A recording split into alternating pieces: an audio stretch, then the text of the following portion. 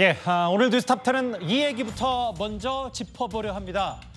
총선 뉴스에 묻힌 감이 있긴 있었습니다만 검찰이 한 일주일 전쯤, 그러니까 지난 8일에요. 쌍방울 대북송금 의혹 핵심 인물 이화영 전 부지사에게 징역 15년을 구형했습니다. 이화영 전 부지사가 대북송금 관련 내용을 이재명 당시 지사, 그러니까 이재명 대표에게 보고를 했냐 안 했냐가 이 의혹의 핵심이죠. 이재명 대표가 아시는 것처럼 총선 앞승에도 가급적 이런저런 메시지를 내놓는데 신중을 기했었는데 이 사안만큼은 좀 달랐던 것 같습니다. 오늘 이재명 대표가 공개적인 자리에서 직접 검찰을 비판하는 이 의혹을 하나 꺼냈습니다.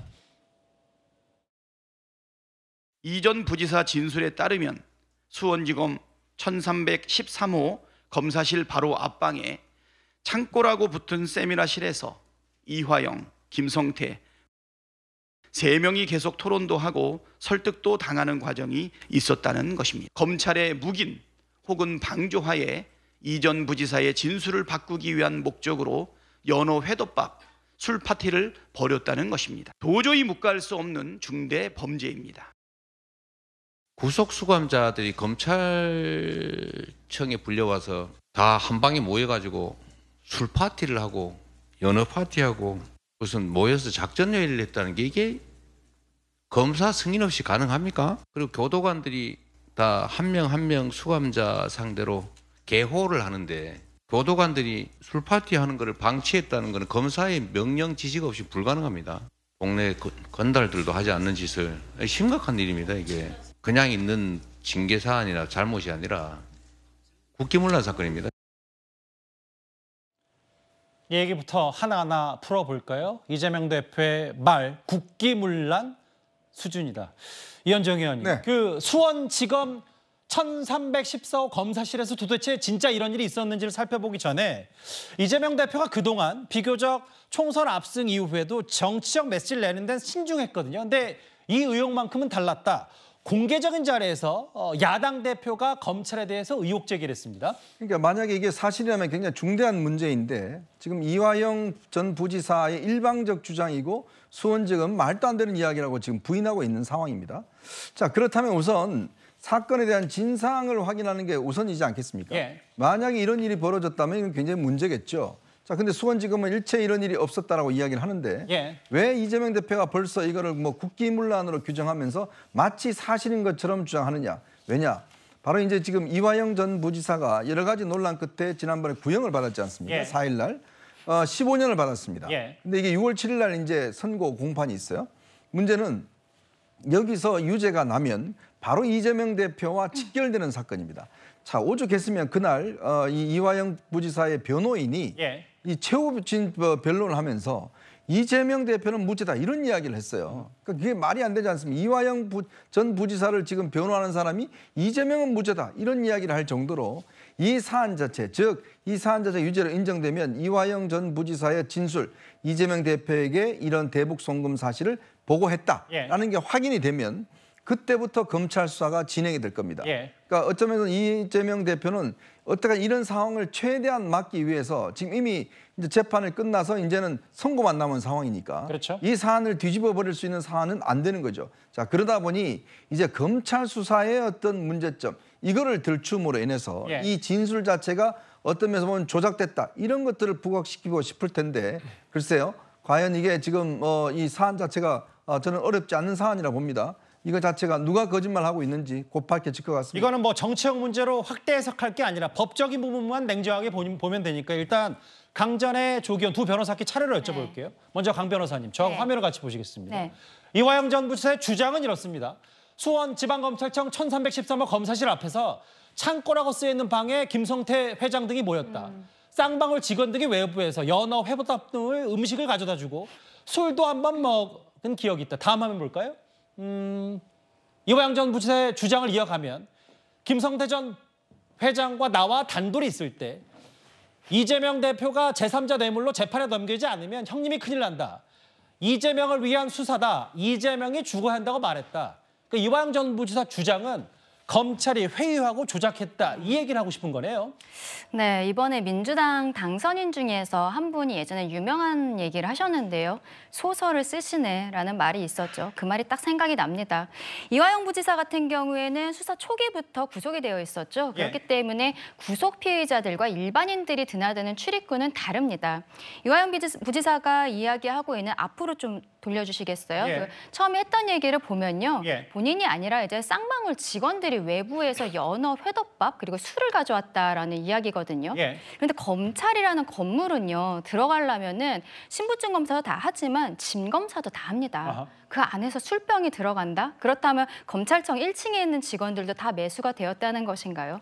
글쎄요. 전혀 상식 밖의 이야기를 하고 있는데 예. 뭐 저 개인적인 생각은 그렇습니다. 지금 민주당에서 이재명 대표와 지금 너무나 이게 연결이 되어 있는 사건이기 때문에 예. 정치검찰이라는 프레임을 확대하기 위해서 이제는 아예 상식 밖의 이야기를 끌고 오는 것이 아닌가라고 생각이 드는데요. 이화영 부지사가 이러한 이야기들을 법정에서 했었기 때문에 여기에 대해서 아마 6월에 있는 선고에서도 너무나 이제 충격적인 이야기이기 때문에 재판부에서 판결문에 다룰 가능성도 저는 있다라고 생각을 합니다. 예. 글쎄요, 그때까지 지금 이 주장을 이어갈 수 있을지 모르겠고 일단 이 이야기를 한 것은 지난 4일이었습니다. 예. 총선 전이었는데 왜 그때는 민주당이 이 이야기를 안 했을까요? 상식적으로 말이 되지 않기 때문에 총선의 역풍을 걱정했던 것이 아닌가 저는 오히려 그렇게 생각이 듭니다. 강 변호사 말씀은 저런저런 그러니까 지금 자막에 보시는 것처럼 화면에 보시는 것처럼 저 정도 뭐 연어나 회덮밥 등의 음식이 검찰에 반입이 되려면 눈 감아주는 수준이 뭐 한두 명이 아니다. 네. 이 뭐 조직적으로 하지 않으면 쉽지 않다. 근데 이런 거잖아요, 조기현 변호사님. 이게 단순히 이화영 전 부지사의 주장이었으면 저희 뉴스탑10에서 이 얘기를 짚어보지 않았을 텐데 오늘 공개적으로 제1야당이 이재명 대표가 저런 의혹 제기를 했기 때문에 실제로 민주당이 어떤 증거로 내밀 수 있는 얘기를 듣고 이런 주장을 하는 건지 어떻게 보십니까? 글쎄요, 뭐 당 지도부가 관련된 제보 내용이 있는지까지는 제가 알 수는 없습니다만 어찌됐든 이화영 전 부지사의 진술 내용이 상당히 구체적입니다. 예. 꾸며냈다고 보기에는 장소, 내용 그리고 실제 대화한 그 대화의 내용들이 예. 꾸며내기 어려운 얘기라는 거죠. 대개 법정에서의 진술 내지는 뭐 수사기관에서의 진술의 신빙성 문제는 이 진술이 구체적이며 또 그 사실이 아니면 꾸며낼 수 없는 얘기라고 보면 어느 정도 신빙성 인정하거든요. 예. 적어도 이재명 대표가 이 부분의 문제를 삼은 것은 이화영 지사의 얘기가 사실 없는 얘기를 꾸며서 하기 어렵다는 부분이 분명히 있고요. 두 번째로는 이 사건 수사 관련해서는 상식적으로 납득하기 어려운 수사 과정이 반복되고 있었습니다. 예.